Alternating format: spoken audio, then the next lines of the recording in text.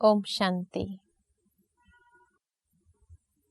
राजयोग शिविर प्रवचन माला में ये दूसरा सत्र, जिसमें हम देखेंगे कि आत्मा की सूक्ष्म शक्तियां क्या है, जिसके माध्यम से आत्मा अपनी वास्तविकता का अनुभव कर सके। जिस प्रकार शरीर 5 तत्व की जो मांग करता है, 5 तत्व को पंच इंद्रियों के माध्यम से पूरा करता है, इसी प्रकार आत्मा जो सतो गुण का अनुभव करना चाहती है जीवन में, उसको 3 शक्तियों के माध्यम से अनुभव किया जा सकता है। ये आत्मा की सूक्ष्म शक्तियां हैं जो आत्मा के साथ शरीर में प्रवेश होती है और शरीर छोड़ने के साथ आत्मा के साथ चली जाती है। ये 3 सूक्ष्म शक्तियां, जिसको कहते हैं मन, बुद्धि और संस्कार। इसीलिए मनुष्य कहते हैं मेरे मन को शांति चाहिए। वास्तव में शांति मन को नहीं चाहिए, शांति आत्मा को चाहिए। लेकिन आत्मा वो शांति का अनुभव मन के माध्यम से करता है। मन इतनी पावरफुल शक्ति है, परंतु मन की शक्ति आज क्षीण हो गई है। इंसान मन से कमजोर होता जा रहा है, क्योंकि मन को समझा नहीं है। मन क्या चीज है? क्योंकि मन के लिए कई उपमाएं दी जाती है कि मन एक तूफानी घोड़ा है, मन एक चंचल बच्चा है।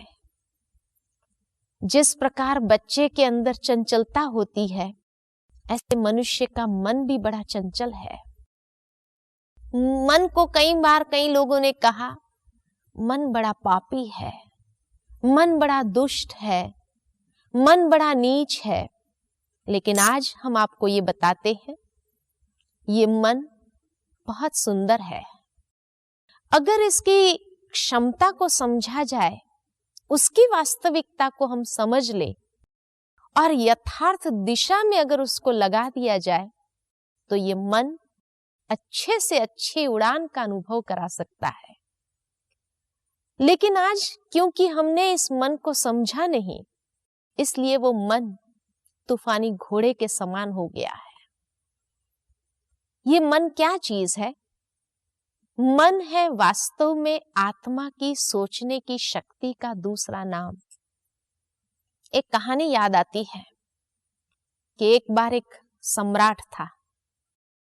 सम्राट का मन बहुत अशांत था, बहुत परेशान था। इसलिए वो एक महात्मा जी के पास चले गए और महात्मा जी को जाकर उन्होंने कहा, महात्मा जी, मेरा मन बहुत अशांत है, कृपा करके आप उसको शांत कर दीजिए। मैं बहुत परेशान हूं, मुझे रात रात नींद नहीं आती है, ये मन को शांत कर दीजिए। महात्मा जी ने कहा, ठीक है, मैं आपका मन शांत कर दूंगा, लेकिन कल सुबह 4 बजे आइए। सम्राट ने सोचा, अगर सुबह 4 बजे शांत कर सकते हैं तो भी कर दे, परंतु कुछ कहा नहीं। फिर चले गए अपने महल में।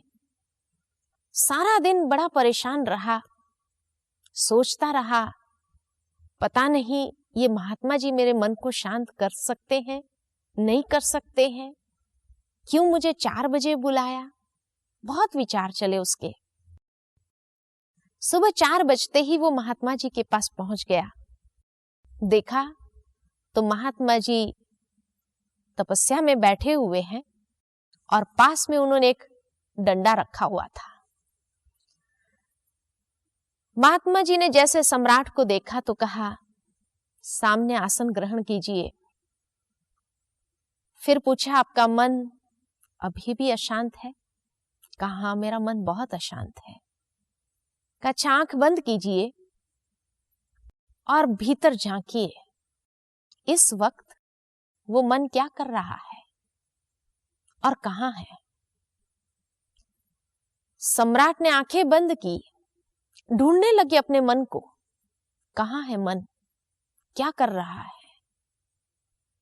काफी देर ढूंढते रहे।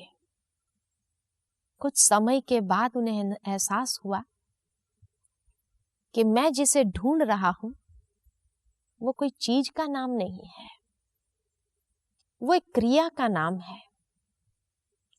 और जिस वक्त ढूंढने लगे तो वो क्रिया शांत हो गई, तो मन शांत हो गया। अर्थात मन एक क्रिया का नाम है, मन कोई चीज नहीं है। और वो क्रिया है सोचने की क्रिया। आज के समय में हमारा जीवन या ये कहो कि लाइफस्टाइल इस प्रकार की बन गई है कि ये क्रिया अधिक से अधिक चलने लगी है और हमारे पास समय ही नहीं है अपने भीतर जाने का, उस क्रिया को ऑब्जर्व करने का कि ये क्रिया किस दिशा में चल रही है। जिस वक्त हमारे पास कुछ क्षण भी हो भीतर जाकर के उस क्रिया की क्वालिटी को देखने का, तब हम भी मन की शांति का अनुभव कर सकते हैं। तो इसलिए मन अर्थात सोचने की क्रिया का दूसरा नाम। मन में अनेक प्रकार के विचार चलते हैं, अच्छे विचार भी चलते हैं, बुरे विचार भी चलते हैं। किसी मनोवैज्ञानिक ने मनुष्य मन के ऊपर कुछ संशोधन किया और ये बताया कि मनुष्य मन की गति कितनी तीव्र है। अति तीव्र गति से मन चलता है। कम से कम भी अगर मनुष्य सोचे तो भी 25 से 30 विचार एक मिनट में आ जाते हैं। सोचने की बात है कि अगर एक मिनट में कम से कम भी हम 25 से 30 विचार जनरेट करते हैं तो सारे दिन में हम कितने विचार चलाते होंगे। असंख्य विचार चलते हैं। एक दिन के ही विचारों को अगर लिया जाए और उसको क्लासिफाई किया जाए तो मुख्य रूप से 4 प्रकार के विचार होते हैं। पहले प्रकार के विचार है जिसको कहा जाता है पॉजिटिव विचार। पॉजिटिव विचार अर्थात वैल्यू बेस्ड थॉट्स, मूल्यों के आधार पर विचार, अच्छी भावनाओं के आधार पर विचार, जिसमें कोई भी प्रकार की स्वार्थ भावना न हो, कोई बुराई न हो, वो विचार को कहेंगे सकारात्मक विचार। दूसरे प्रकार के विचार है आवश्यक विचार। आवश्यक विचार अर्थात जो दिन प्रतिदिन कर्म से संबंधित विचार है, वो है आवश्यक विचार। जैसे कि इस व्यक्ति को मिलना है, ये काम करना है, ये काम कराना है, ये है कर्म से संबंधित विचार। तीसरे प्रकार के विचार है जिसको कहा जाता है नेगेटिव विचार, नकारात्मक विचार, जो कोई न कोई कमजोरी को लिए हुए हैं, कोई न कोई बुराइयों के वशीभूत है, कोई न कोई विकारों के वशीभूत है, या जिन विचारों में हीनता की भावना हो, स्वार्थ की भावना समाई हुई हो, ये सारे नकारात्मक विचार है। और चौथे प्रकार के विचार फालतू विचार, वेस्ट थॉट्स। फालतू विचार अर्थात जब मन के पास कुछ सोचने के लिए नहीं है तो बीती हुई बातों में चला जाता है, बीती हुई घटनाओं को याद करने लगता है, वो बीती हुई बातों को उगारता रहता है और कितनी एनर्जी वेस्ट करता है। क्योंकि हर विचार के पीछे भी मानसिक शक्ति तो कंज्यूम होती है, तो कितनी शक्ति यूं ही वेस्ट जाती है। किसी ने एनालिसिस किया कि मनुष्य के 80 से 85% विचार भूतकाल की घटनाओं, भूतकाल की बातों को लेकर के होते हैं। आप सोचो कि भूतकाल में हम इतना जीने लगे हैं और भविष्य की चिंताएं 15% हमारे मन के विचार एक अनिश्चित भविष्य की चिंताओं को लिए हुए हैं। तो वर्तमान में हम कितना जीते हैं? जिस वर्तमान की घड़ी को कहा गया प्रेजेंट मोमेंट, जैसे किसी व्यक्ति को हम गिफ्ट देते हैं उसको भी प्रेजेंट कहा जाता है। प्रेजेंट बहुत अच्छा लगता है, छोटी सी गिफ्ट क्यों ना हो, छोटी सी प्रेजेंट क्यों ना हो, लेकिन हर एक को अच्छी लगती है। ये वर्तमान की घड़ी भी ईश्वर की प्रेजेंट है, भगवान से मिली हुई एक गिफ्ट है। लेकिन ये गिफ्ट की वैल्यू हमने कितनी की? 5%। क्योंकि 80% अगर भूतकाल में जीते हैं, 15% अगर अनिश्चित भविष्य की चिंताओं में बिताते हैं, तो वर्तमान में हम 5% जीते हैं। तो ये गॉड के द्वारा मिली हुई प्रेजेंट, उसकी वैल्यू हमारे लिए सिर्फ 5% है। इसलिए संसार में दुख बढ़ गया है, क्योंकि उस प्रेजेंट की वैल्यू को हमने समझा नहीं और उस प्रकार उसका उपयोग नहीं किया। तो ये 4 प्रकार के विचार एक दिन में आ जाते: पॉजिटिव, नेसेसरी, नेगेटिव और वेस्ट। थोड़ा सा अगर सेल्फ एनालिसिस करें कि अधिकतर हमारे विचार कौन सी कैटेगरी के होते हैं इन चारों में से? पॉजिटिव विचार बहुत कम चलते हैं, कभी कभी आ जाते हैं। आज मनुष्य अगर भगवान को भी याद करता है ना, तो वहां भी बिजनेस है। हे भगवान, मेरा इतना काम हो जाए तो 51 रुपए का प्रसाद चढ़ा दूंगा या नारियल चढ़ा दूंगा, और अगर भगवान ने काम कर दिया तब तो उसको 51 रुपया का प्रसाद मिल जाएगा, और नहीं किया तो नहीं मिलेगा। अगर भगवान के साथ भी हमारी सकारात्मक भावनाएं नहीं है, एक बिजनेस डील के आधार पर हम भगवान को भी याद करते हैं, तो आपसी संबंध तो हमारा कैसा होगा?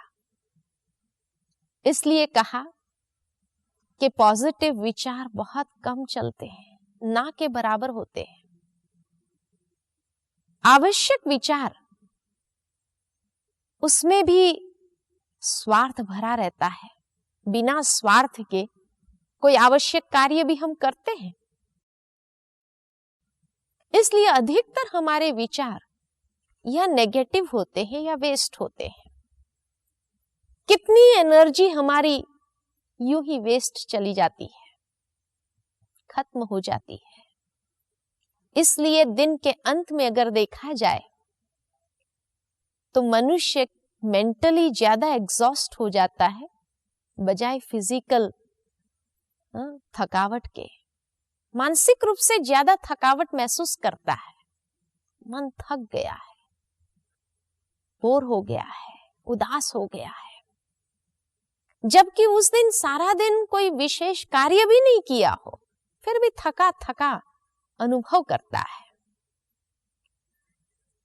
तो मन से क्यों थका हुआ है? क्योंकि मन दिन प्रतिदिन कमजोर होता जा रहा है। और ये मन की कमजोरी क्यों आ गई है? क्योंकि जो सारा दिन मन की शक्ति को यूज करते हैं, उसको रीजनरेट करना नहीं आता है। कैसे रीजनरेट करें? इसलिए आपसी व्यवहार में भी वही चिड़चिड़ापन आने लगा है। एक छोटी सी और कहानी याद आती है कि एक बार एक राजा और उसका एक मित्र था। मित्र था लकड़े का व्यापारी। दोनों की आपस में बहुत दोस्ती थी। एक दिन लकड़े के व्यापारी ने लकड़े के स्टॉक को देखा। स्टॉक देखते देखते वो चंदन के लकड़े के पास आया तो देखा इतना सारा चंदन का लकड़ा पड़ा है।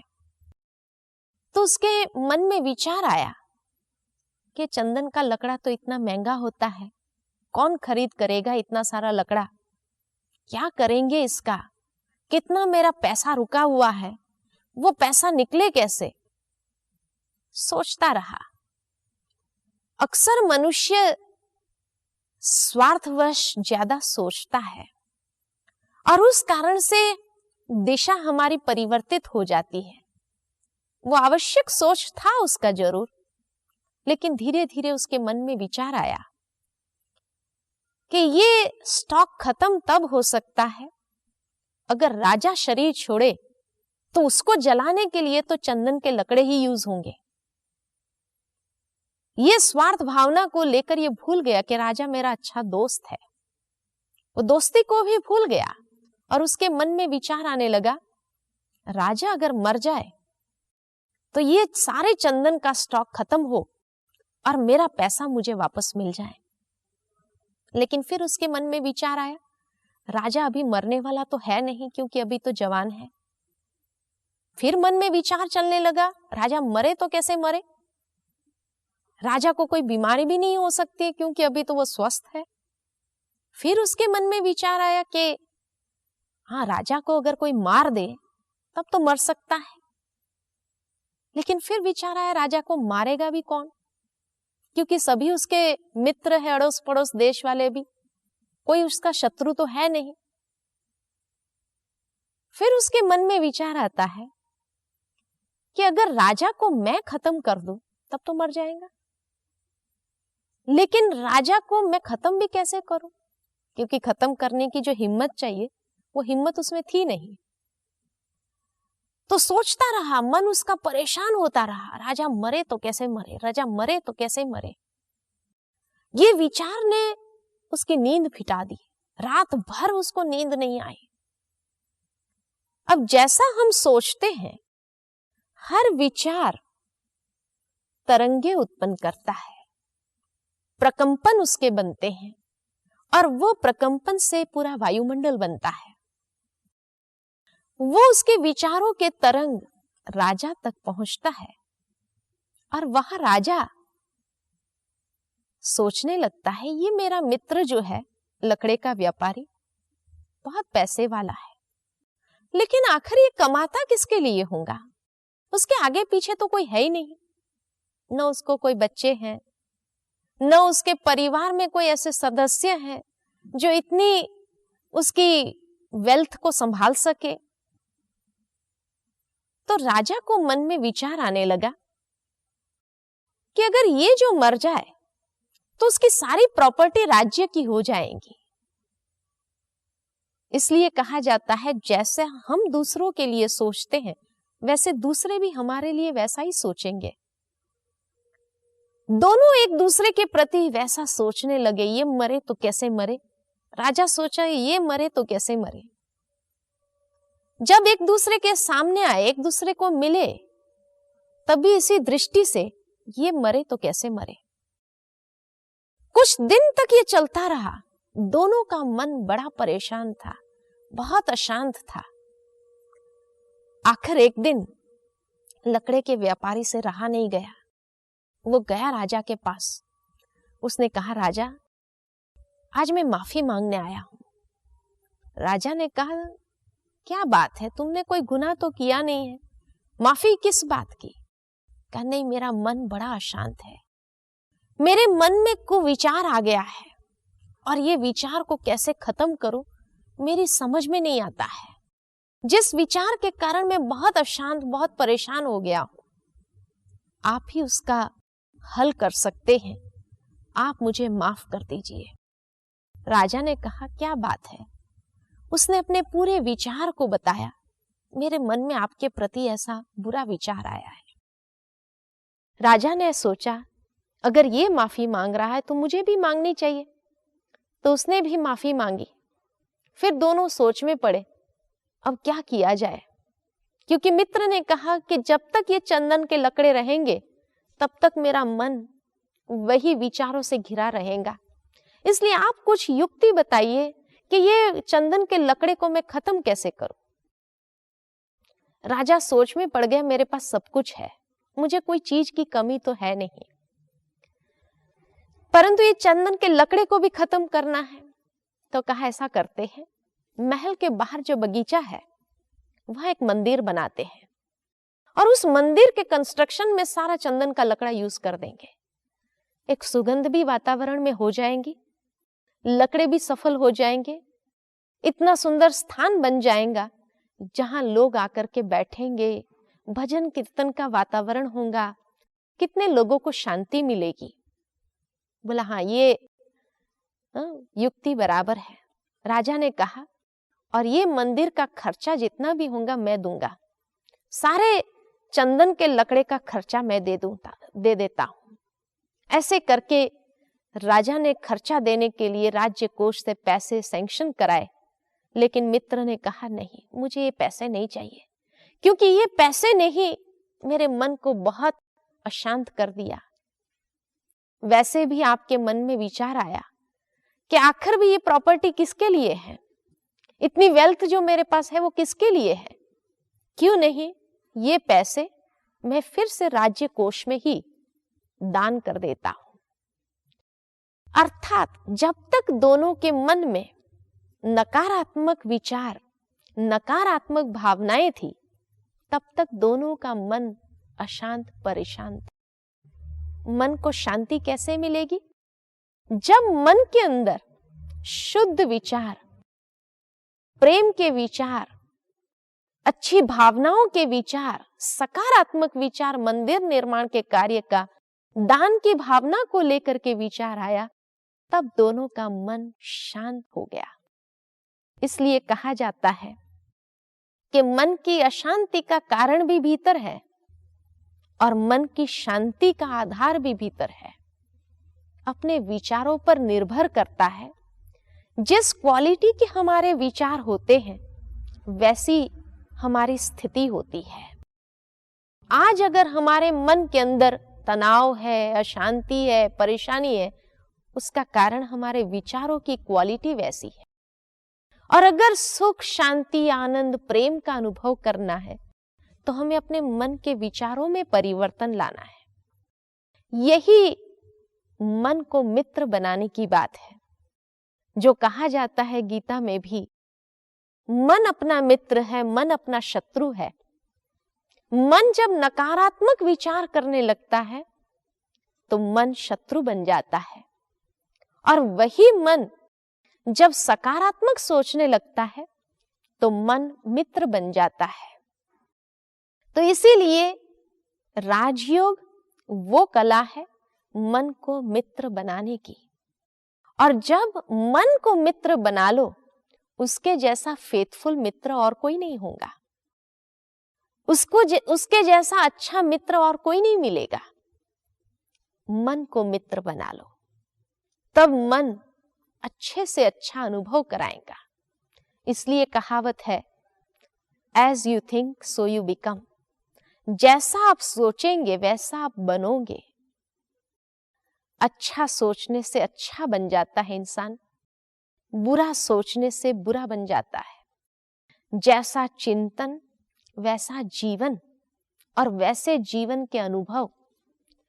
आज अगर हम भी अपने जीवन में सुख, शांति, आनंद का अनुभव करना चाहते हैं तो हम अपने विचारों की क्वालिटी को परिवर्तन करें, सकारात्मक विचारों को जनरेट करें।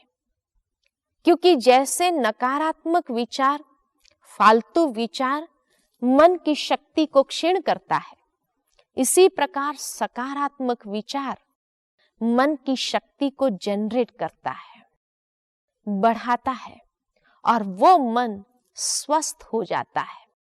जैसे शरीर को स्वस्थ रखने के लिए 3 चीजें आवश्यक होती है, इसी तरह मन को स्वस्थ रखने के लिए भी 3 चीजों की आवश्यकता है। आज मन कमजोर हो गया है, उसका प्रूफ क्या? कैसे पता चले कि मेरा मन कमजोर है? मन कमजोर है उसकी निशानी, जैसे शरीर कमजोर है उसकी निशानी, कोई ना कोई बीमारी आ जाती है, लड़खड़ाने लगते हैं।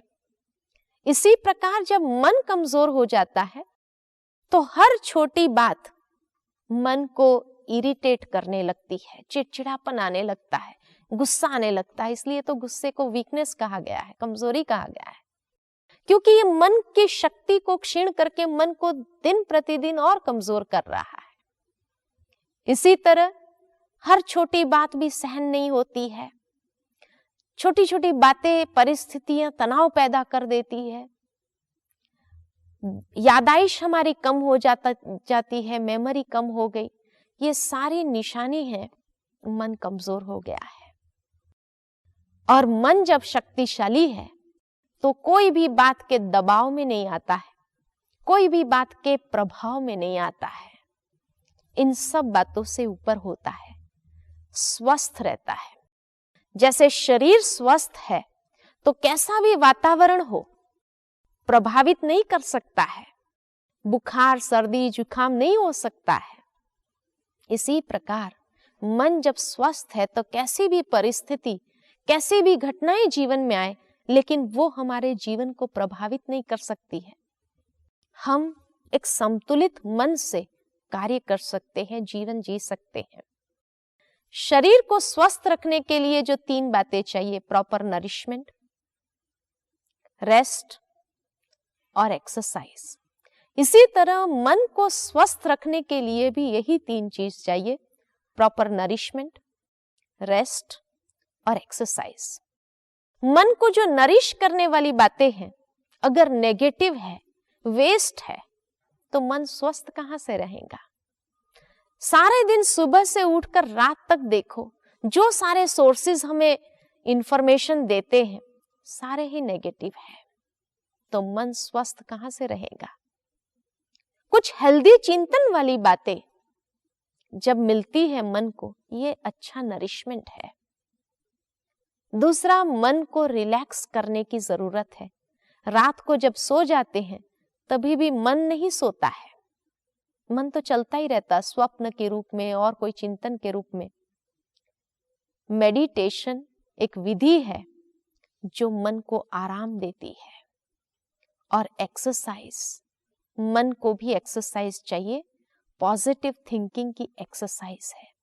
ये 3 चीज से मन स्वस्थ हो जाता है, और कहा जाता मन स्वस्थ तो जहान स्वस्थ। हर कर्म व्यवहार स्वस्थ रीति से जीवन हमारा स्वस्थ हो जाता है। यही मन को मित्र बनाने की कला राजयोग सिखाता है। ओम शांति। ओम शांति।